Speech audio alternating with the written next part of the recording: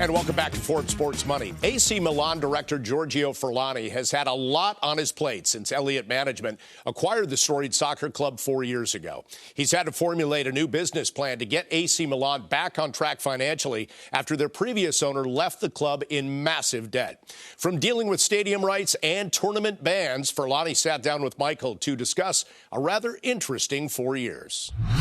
So I've wanted to ask you for a long time, how did you find yourself as the sort of accidental owners of AC Milan? Yeah, as you say correctly, it's a bit of an accident. We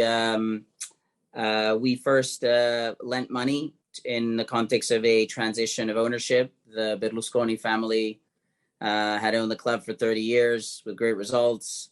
It was time for them to move on. They sold the club to a Chinese gentleman. We were his financiers.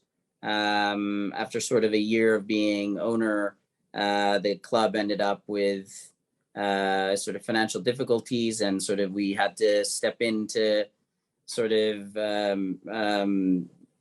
keep the club going, really, and save it from bankruptcy. So that's where our journey started as owners about 4 years ago.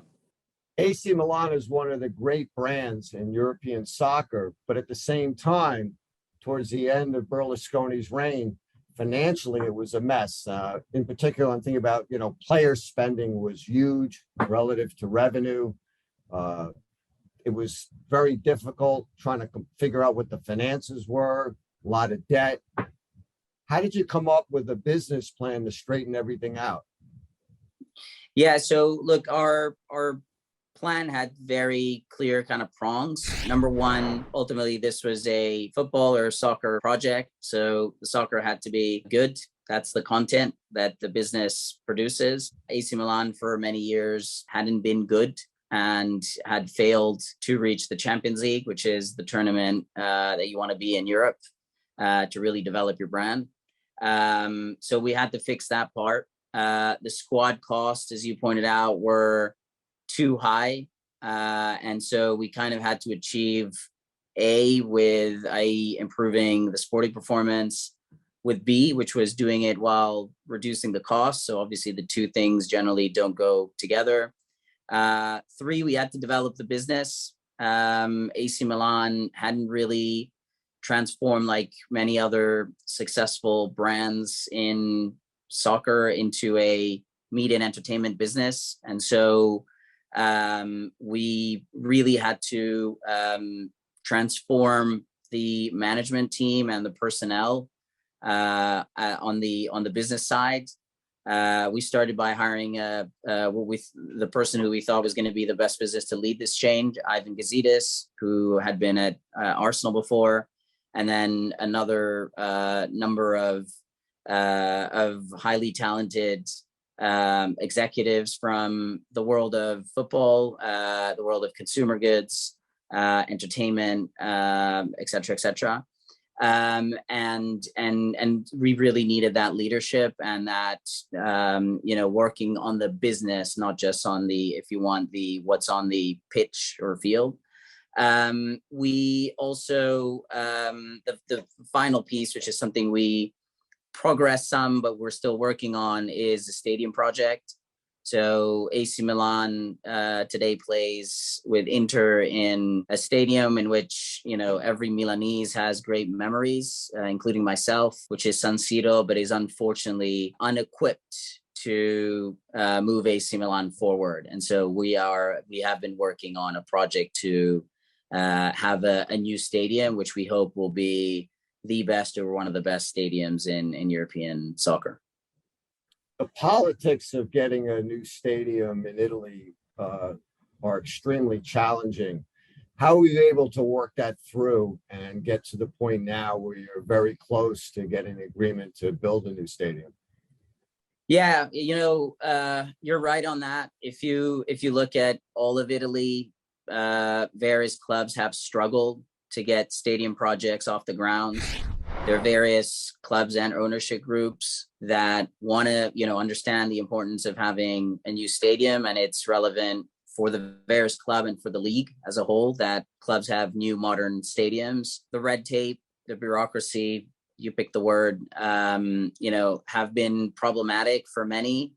I have to say the same for us. I was hoping in a progressive, modern, forward-thinking city like Milan, the process would have been easier. It's been quite complicated. So we've moved the project forward. Frankly, I would have hoped today that the project was more advanced.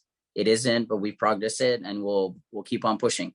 And hopefully we'll give the city of Milan and the Milanese and the fans of the clubs a kind of what they deserve, which is a proper modern stadium that houses their club. Hey, one of the things I found very interesting in looking over AC Milan is, you had to go through two big hardships, if you will. One was what, of course, all teams did. You had to get through COVID, which meant no match day revenue. And then you had to get through the European tournament ban because of the situation the prior ownership group had put you in. But at the same time, you've been able to increase your sponsorship revenue. How were you able to navigate those seas and still at the same time increase your business? Yeah, good question. So AC Milan is I knew it as a fan, lifelong fan, but sort of everyone discovered it. It's just this fantastic brand that has fans around the world that really care. And it had been a bit like dormant, for lack of better words, because of the underperformance at the sporting level, and not being in the top European competition.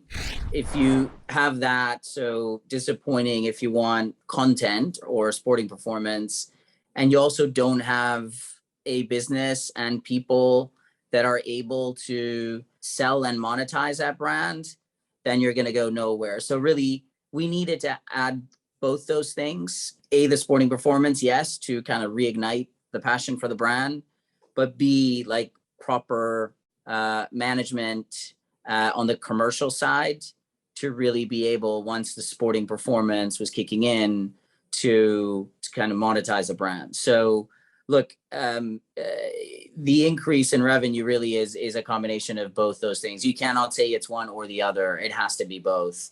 It's kind of the people on the pitch that go and quote unquote score goals, but it's also the guys in the head office that are able to take advantage of that and sell the brand. And both are just super important.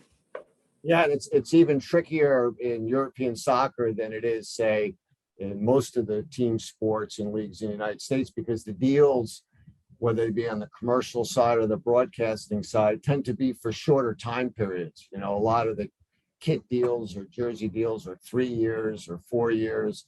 TV deals or similar type cycles, where in the United States, you have 6, 8, 10-year deals even.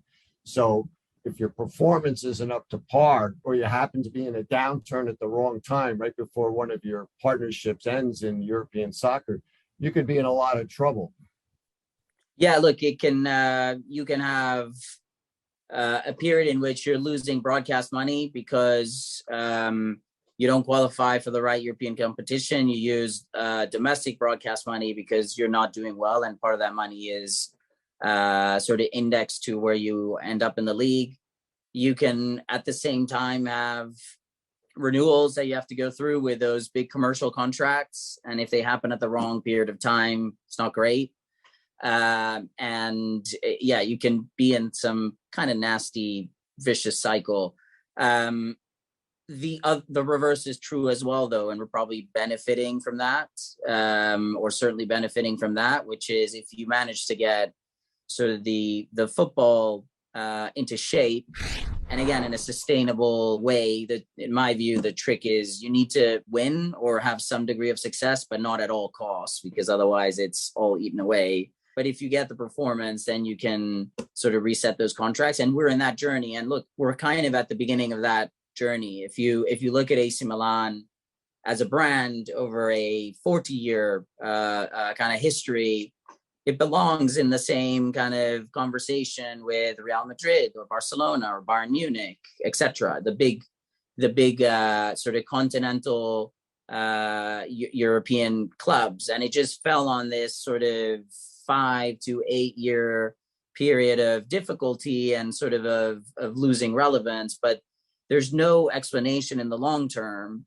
that someone can give me, I think, that says, no, it shouldn't be in that same kind of conversation. So we're starting to, kind of close that gap, but it's been a big gap that has been built. And so what I say is that, we inherited AC Milan in a basically quasi-bankrupt status that we had to come and save and inject capital to make sure it paid its obligations. And we did the turnaround mode. And now the club is on growth mode in a trajectory to catch up with those clubs. And look, I could argue that, yes, the path we've been on has been difficult, as I said at the beginning, but it's been interesting and fun, quote unquote. But the next phase is even with greater potential, in my view. Well, Furlani, Ozzy obviously did a great job cleaning up the books for AC Milan. What does that mean for the future? Are you eyeing a potential sale of this club? No doubt, Bob. I think that given he's really cleaned up the balance sheet, he's really turned the team into a profitable organization, I think there are a lot of interested buyers. In fact, I wouldn't be surprised if this team sold for in excess of $1 billion. And do you think that's based on what you're seeing with the Chelsea sale? That's a great point. The strong brands in soccer, of which AC Milan is one of the strongest in Europe, are going for premium prices. And now that this team is virtually debt-free, I think it's going to get a lot of interest. I don't suppose you're cooking up soccer valuations for a future show, are you? That's what I love about you. You give me those great lead-ins for the next show. Yes, next show we'll have the most valuable soccer teams. I knew the answer. I just wanted to tee him up.